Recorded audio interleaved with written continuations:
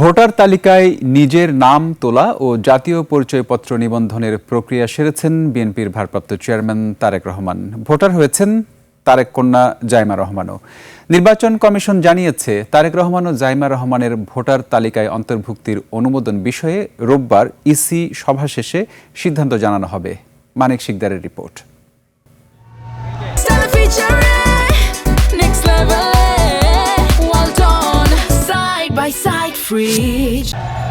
দীর্ঘ ১৭ বছর পর যুক্তরাজ্যের নির্বাসিত জীবন কাটিয়ে দেশে ফেরার পর ভোটার তালিকায় অন্তর্ভুক্তির আবেদন করেন বিএনপির ভারপ্রাপ্ত চেয়ারম্যান তারেক রহমান।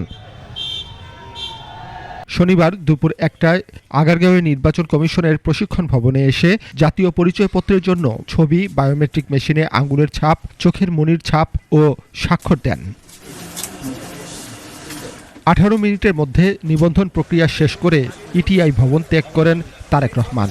এ সময় তিনি রাস্তায় অপেক্ষমান নেতাকর্মীদের উদ্দেশ্যে হাত নেড়ে অভিবাদন জানান।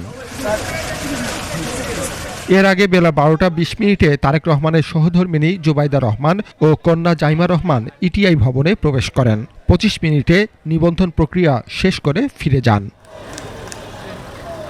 নিবন্ধন প্রক্রিয়া নিয়ে নির্বাচন কমিশন সচিবালয়ে সিনিয়র সচিব আক্তার আহমেদ এক ব্রিফিংয়ে সাংবাদিকদের জানান, তারেক রহমান ও জাইমা রহমান ঢাকা ১৭ আসনের গুলশান এলাকার ঢাকা উত্তর সিটি কর্পোরেশনের ১৯ নম্বর ওয়ার্ডে ভোটার হতে যাবতীয় প্রক্রিয়া সম্পন্ন করেছেন। ভোটার তালিকা আইন ২০০৯-এর ১৫ ধারা অনুযায়ী কমিশনের এখতিয়ার আছে যে কোনো প্রাপ্তবয়স্ক বা ভোটার হওয়ার সক্ষম ব্যক্তিকে ভোটার করতে পারেন এবং সেই বিবেচনায় ওনারা ঢাকা ১৯ এই ওয়ার্ডের ভোটার তালিকায় নিবন্ধন হয়েছেন।